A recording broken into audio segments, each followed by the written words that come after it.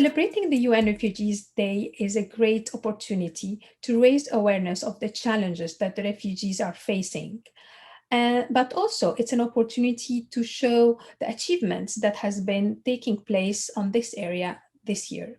So this year has been quite challenging for everyone, including all the restrictions, the lockdowns. But for the refugees, it was just much more than that. It was a threat actual to their livelihoods.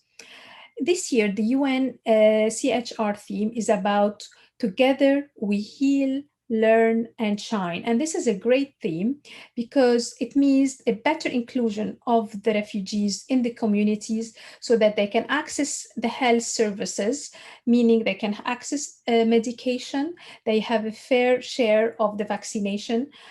They can also be better integrated in the education system to avoid lost generation of education of the refugees. And this will lead them to shine. Together we shine, making valuable contribution to the communities through sports. The refugees can be a real player in the team.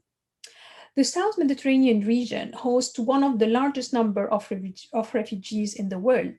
Countries such as Lebanon is the highest country of the world hosting refugees compared to its population. It is hosting 20% of its population of refugees. Whereas in Jordan, refugees represent 10% of the population, making it the second largest in terms of the relative number of refugees to their population. For these host countries, refugees can represent a challenge, but they also can represent an opportunity for if they are well integrated in the society. So on this day, we have asked some of our experts and representatives from international organizations, from the civil society, to give us their feedback and to give us a better overview, to better understand what is the status of the refugees in our Mediterranean societies. This year's UNHCR theme for the World Refugee Day, Together We Heal, Learn and Shine. To that extent, the inclusion of refugees in the health, education and sport is key focuses at our work as UNHCR in Jordan to make sure that refugees are well included in the national system so they become less dependent.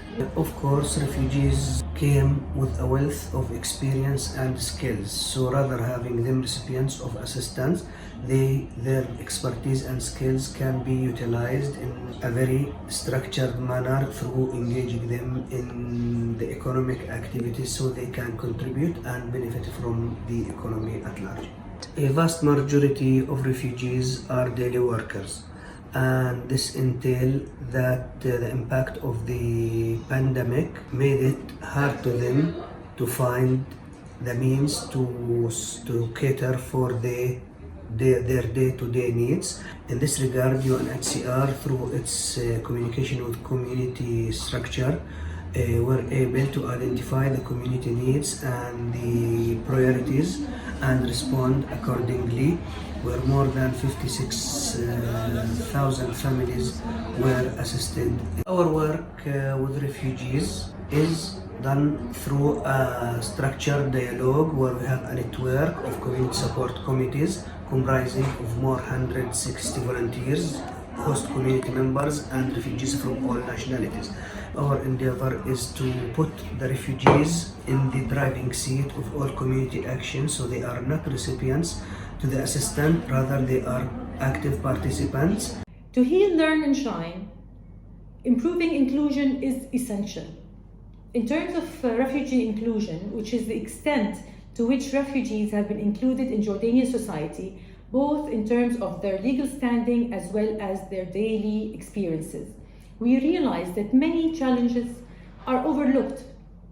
And I would say the most apparent and main challenge they face is the lack of opportunity to build their lives and those of their children.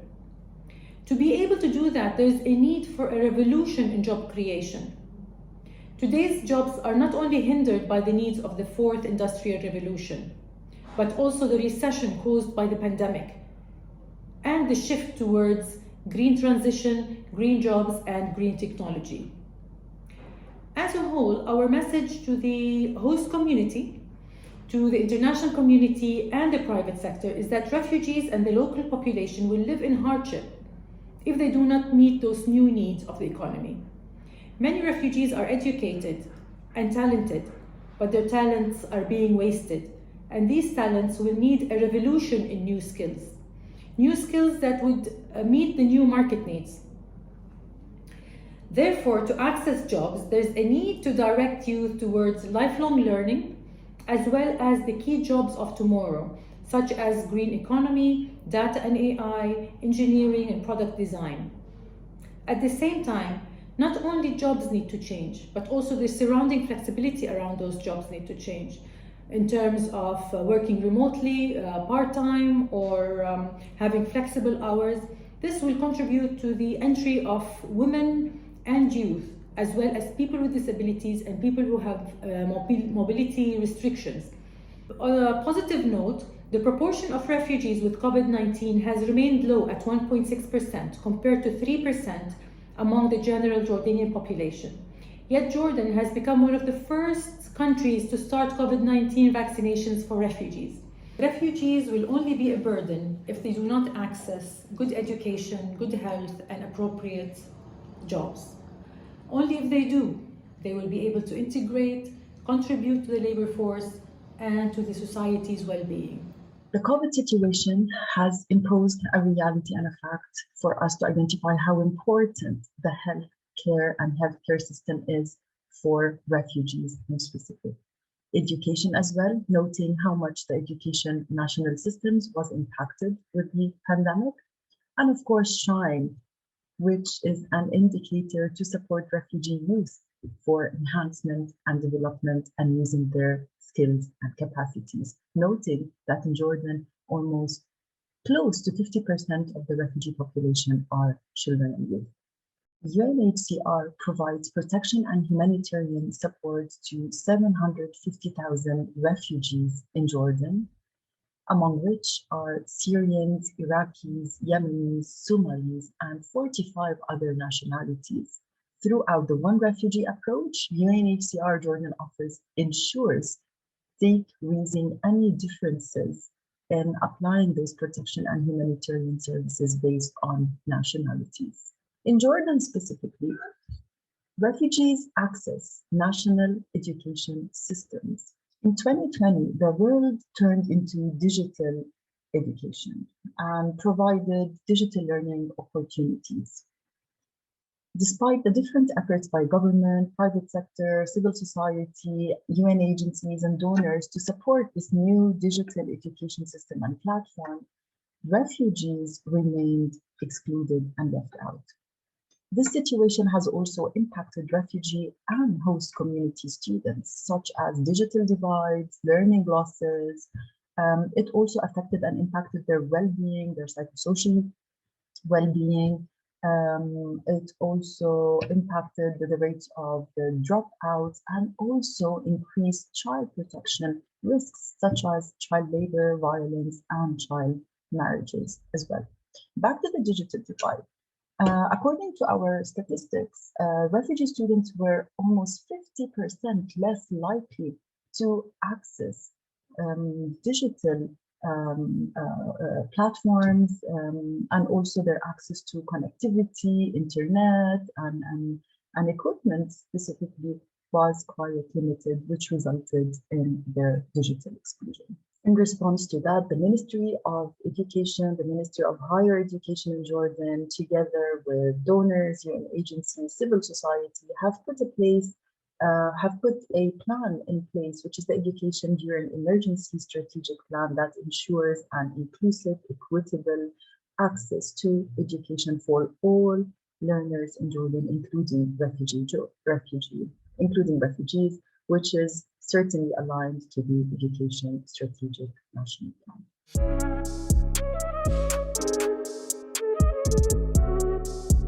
So one of the most controversial issues is the impact of refugees on the domestic labor markets. And there are very few studies which actually find a negative impact. Typically, studies find very little, if any. And if they do find an impact, they tend to find that the impact is basically related to informal work. Based on my own work on the Syrian refugees in Jordan, we actually compared areas with high concentration of refugees to areas with low concentration of refugees, and we did not find any negative impact of having high concentration of Syrian refugees. We looked at different labor market outcomes such as employment, unemployment, hours, informality, and wages, and in all cases we did not find any impact. And there are several reasons for that, and I'm going to emphasize two.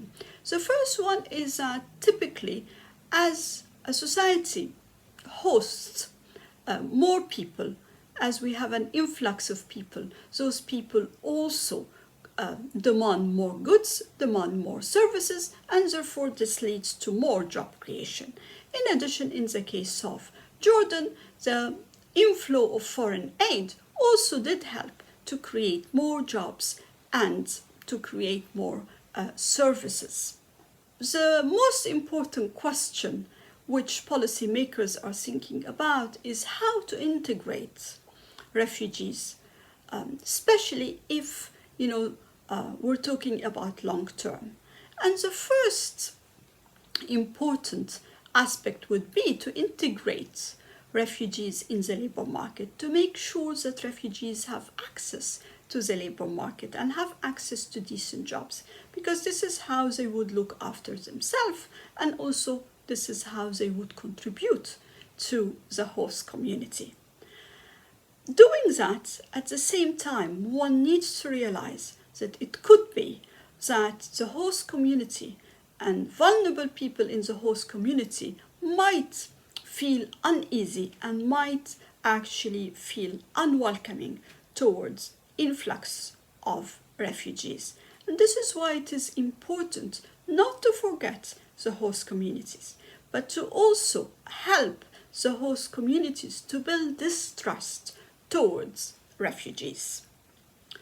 Another important dimension is children. It's important to ensure, especially when we're thinking about long-term crisis, to integrate children in the educational system, to make sure that children actually invest in human capital. So one particular area which we've looked at in the case of Turkey is whether having a class, full of refugees or entirely refugees, or having the right mix of natives and refugees, produce sort of better outcome for the social integration of children. And we actually find that, mixing is a really important dimension. It's something which more studies need to look at to actually find what is the best sort of mixing strategy for integrating children. In addition, it is important to also realize that in many cases teachers are not prepared to teach children who are vulnerable, who've been through trauma and who've been through conflict. So it's important also to ensure that we study more what actually needs to be done in terms of ensuring what is a cost-effective way to actually train teachers and to ensure children's integration, both for refugees' sake, but also for the host community's sake. There is a lot of research that has been done about the labor market integration, education, but there is still gaps, as mentioned by our experts, that needs to be filled in. In FEMISE, we have done quite a lot of research on the refugees. One of our latest report on refugees is on the repatriation of refugees from Arab conflicts. It's about the condition, cause, scenarios, and reconstructions, and this could be accessed from our website.